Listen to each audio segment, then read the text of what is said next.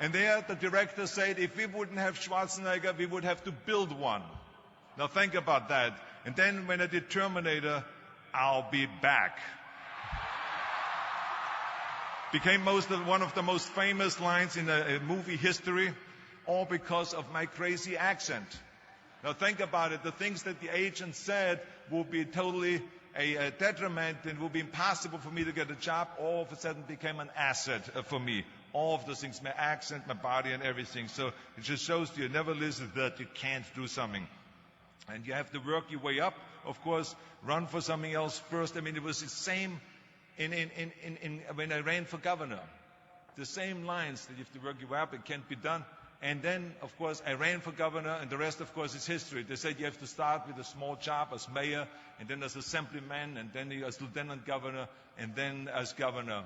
And they said, that's the way it works in a political career. I said, I'm not interested in a political career. I want to be a public servant. I want to fix California's problems and bring people together and bring the parties together. So, like I said, I decided to run. I didn't pay attention to the rules, and I made it, and the rest is history. Which, of course, brings me to rule number 3. Don't be afraid to fail. Anything I've ever attempted, I was always willing to fail. In the movie business, I remember that you pick scripts. Many times you think this is a winning script, but then, of course, you find out later on when you do the movie that it didn't work, and the movie goes in the toilet. Now, we have seen my movies, Red Sonja, Hercules in New York, Last Action Heroes. Those movies went in the toilet. But that's okay, because then at the same time I made movies like Terminator and Conan and True Lies and Predator and Twins that went through the roof. So you can't always win, but don't be afraid of making decisions. You can't be paralyzed by fear of failure, or you will never push yourself. You keep pushing because you believe in yourself and in your vision. And you know that it is the right thing to do, and success will come. So don't be afraid to fail. Which brings me to rule number 4, which is don't listen to the naysayers. I mean, how many times have you heard that you can't do this and you can't do that, and it has never been done before?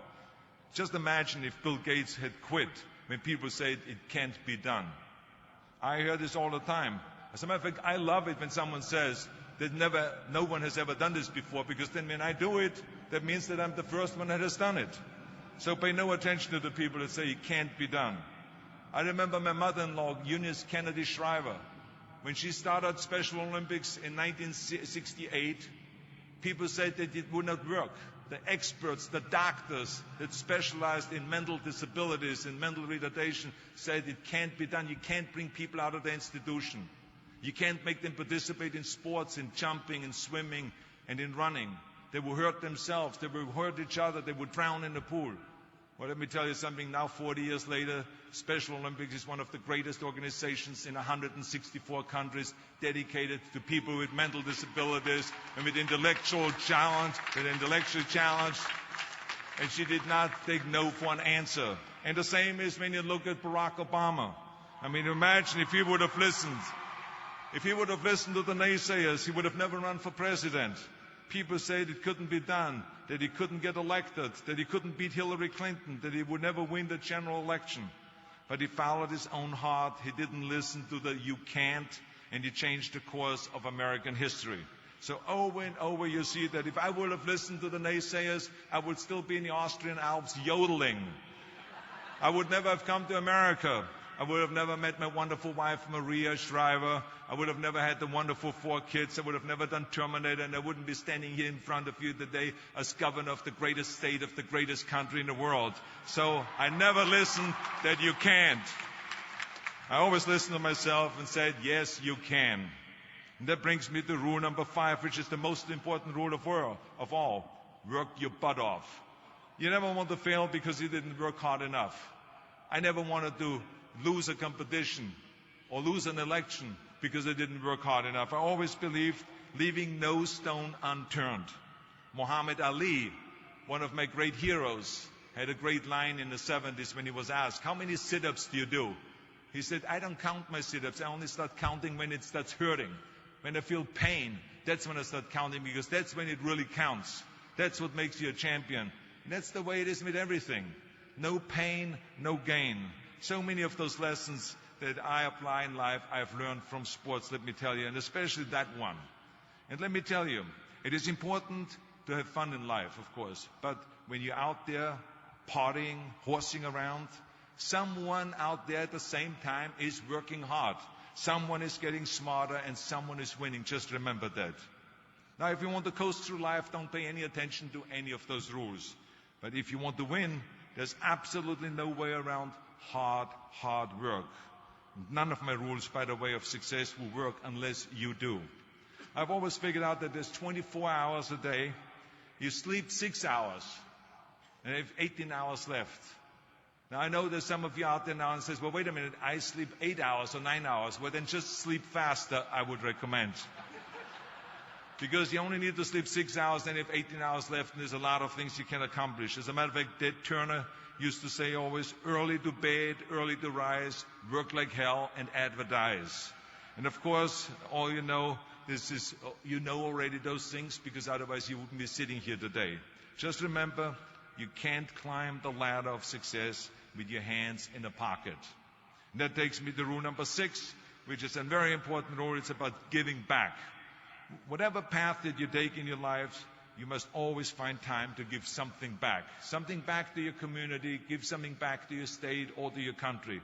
And my father-in-law, Sergeant Shriver, who is a great American, truly great American, who started the Peace Corps, the Job Corps, legal aid to the poor. He said at Yale University to the students at a commencement speech, tear down that mirror. Tear down that mirror that makes you always look at yourself. And you will be able to look beyond that mirror, and you will see the millions of people that need your help. And let me tell you something, reaching out and helping people will bring you more satisfaction than anything else you've ever done. As a matter of fact, today, after having worked for Special Olympics and having started after-school programs, have promoted fitness, and now with my job as governor, I can tell you, playing a game of chess with an 8-year-old kid in an inner-city school is far more exciting for me than walking down another red carpet of a movie premiere. So let me tell you, as you prepare to go off into the world, remember those 6 rules. Trust yourself, break some rules, don't be afraid to fail, ignore the naysayers, work like hell, and give something back. And now let me leave you with one final thought, and I will be brief, I promise. This university was conceived in 1880, back when Los Angeles was just a small frontier town. 125 classes of Trojans have gone before you. They have sat there exactly where you sit today, in times, in good times and in bad, in times of war and in times of peace, in times of great promise and in times of great uncertainty. Through it all, this great country, this great state, this great university have stood tall and persevered. We are in tough times now, and there's a lot of uncertainty in the world, but there's one thing certain: we'll be back. And we will be back. We will be back stronger and more prosperous than ever before, because that is what California and America have always done. The ancient Trojans were known for their fighting spirit, their refusal to give up, their ability to overcome great odds. So as you graduate today, never lose that optimism and that fighting spirit. Never lose the spirit of Troy. Because remember, this is America, and you are USC Trojans, proud, strong, and ready to soar. Congratulations, and God bless all of you. Thank you very much. Thank you.